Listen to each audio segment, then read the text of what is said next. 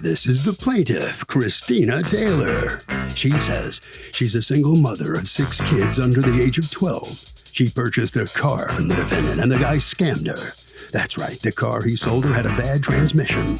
He should be ashamed of himself for trying to take advantage of her, and she's here suing him for the $4,800 she's owed.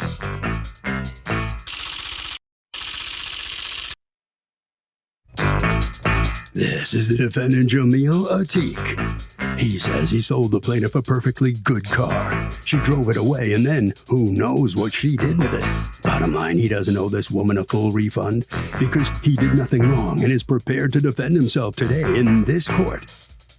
He's accused of taking advantage of a mom.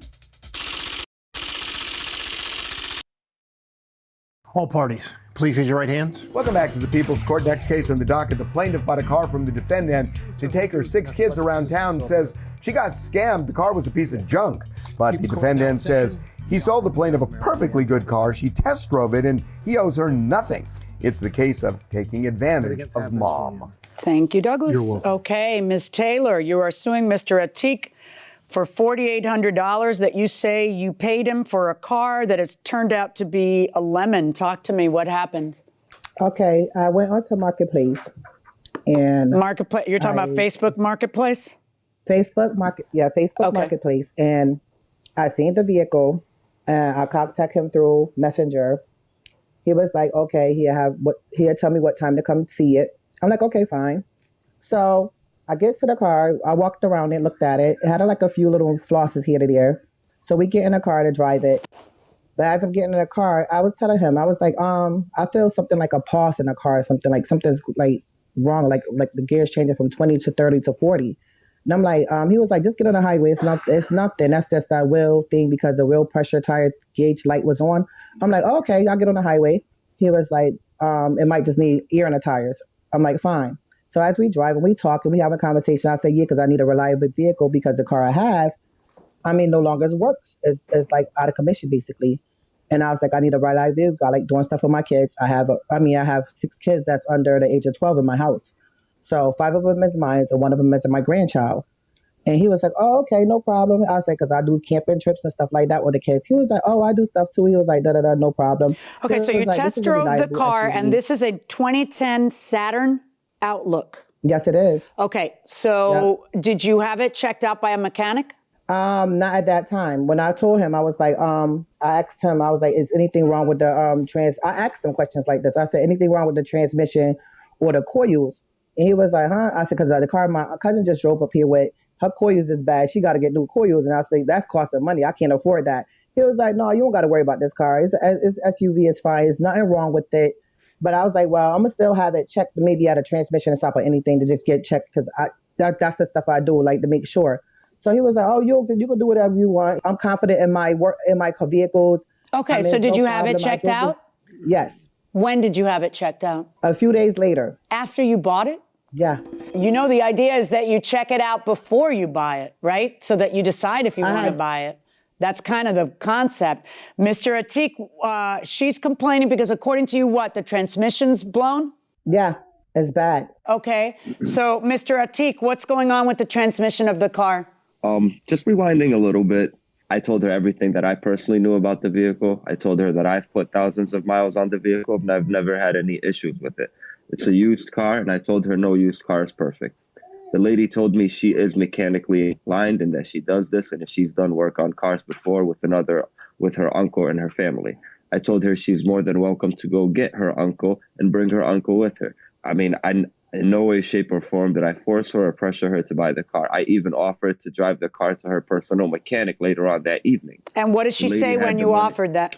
She never gave me a straight answer. She had the money with her. She just kept saying, I have the money with me. I'm ready to buy it now. I don't want anybody to buy it before me. At that time, I told her, well, I wasn't ready to make a sale right now. I didn't even bring the title with me. I never lost communication with her. I never lied to her. I told her everything to the best of my knowledge. She said, go get the title. I have the money in hand ready to buy it. At that time, there's nothing really I could do to push her away and not buy them. Well, why would you want to? You want to sell the car. So you had posted it for $4,900 and then you agreed to sell it for $4,800.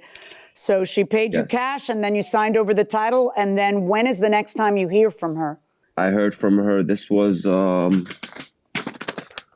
February 12th. I heard from her February 16th. She said she had went to a transmission place to get it checked out, and they said that she needs the transmission. I explained to her that's insane because I put thousands of miles on the car. You go to any place, they're going to tell you need a transmission. Okay. You go to a tire shop for a flat tire, they're going to push 4 brand new tires on you. Right. It's just the nature of the transmission shop. It just...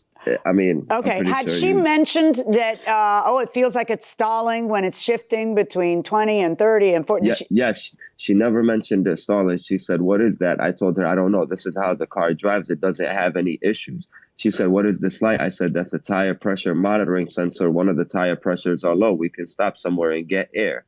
Yes. Okay. Did she ask me, is this transmission blown or anything? I don't recall. And if she did ask me, I would have said no, because in my knowledge that there is no issues with the transmission. Okay. So what happened? What made you? Thousands of miles. Thank you, Mr. Atik. Ms. Taylor, what made you decide to take the car 4 days later to a mechanic? No, when I got home, I called and tried to schedule appointments, and then only opening they had was that day.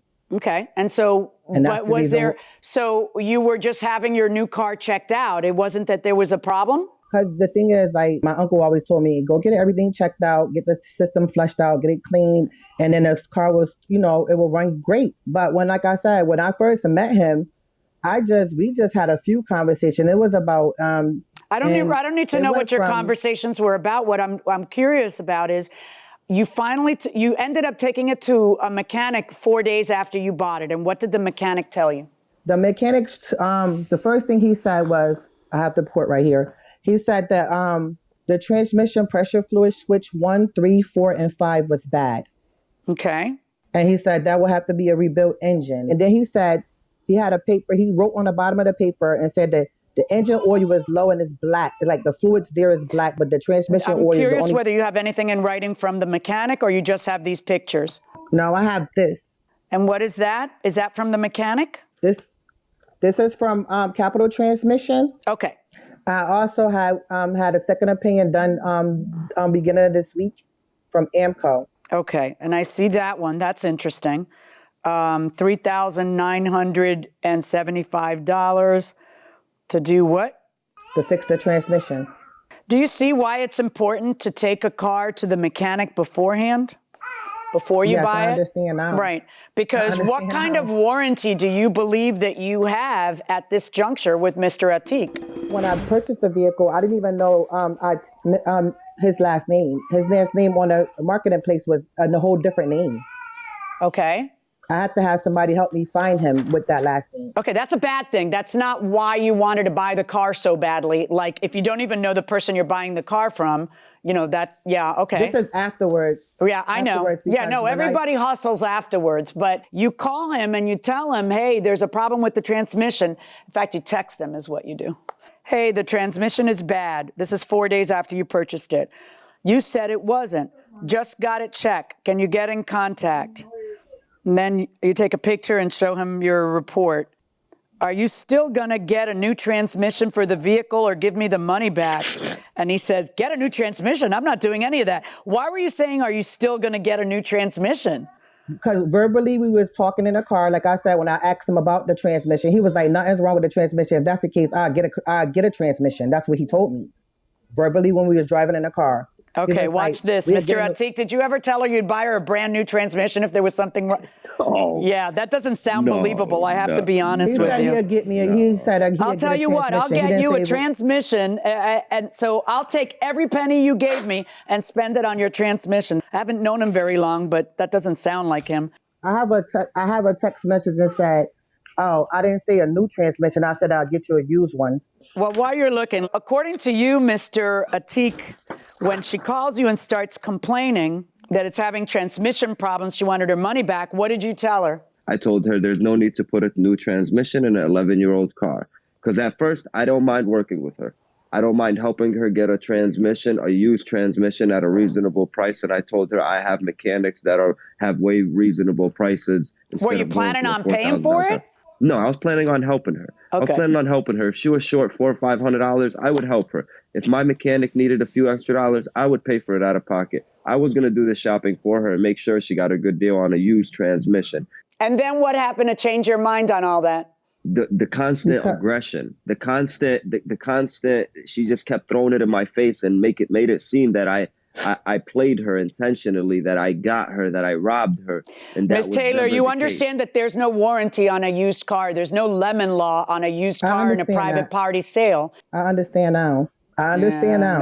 But the thing was, when he said he was going to help me out, he was like, no, I'll get a used one and have it put in for cheaper. That's what he told me. Yeah, that's fine. So I guess you should have taken him up on it and been nicer and not had other people call him. Because at the end of the day, now I am left with just deciding the lawsuit. That's all I can do. I can't make him help you. I just have to decide whether or not he owes you something because you have some kind of warranty that he violated. And based on the facts that I'm hearing, I can't find that. You don't have a warranty in an as-is used car sale, and my verdict in this case is for the defendant.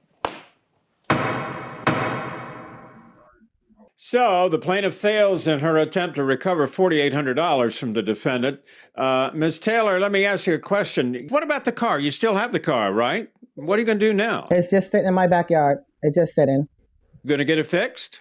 I don't know. Well, unfortunately, you're not getting your money back, and I can't help you there. The judge found for the defendant, so I'm sorry for you. Mr. Atek, I gotta tell you seem very upfront and forward with her. Yes, could you have done anything else for her?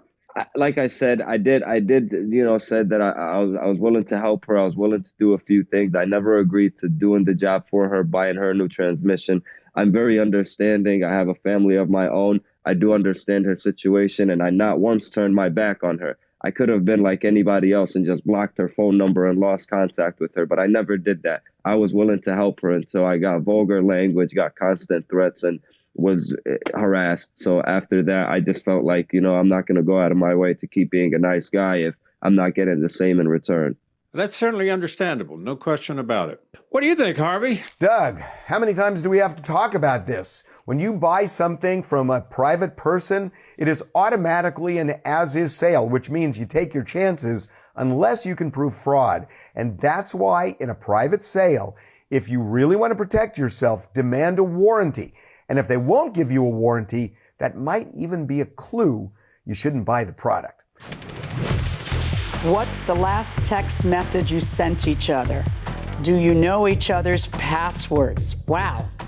Yes, we do know each other's passwords. I believe that is a secret to a happy marriage.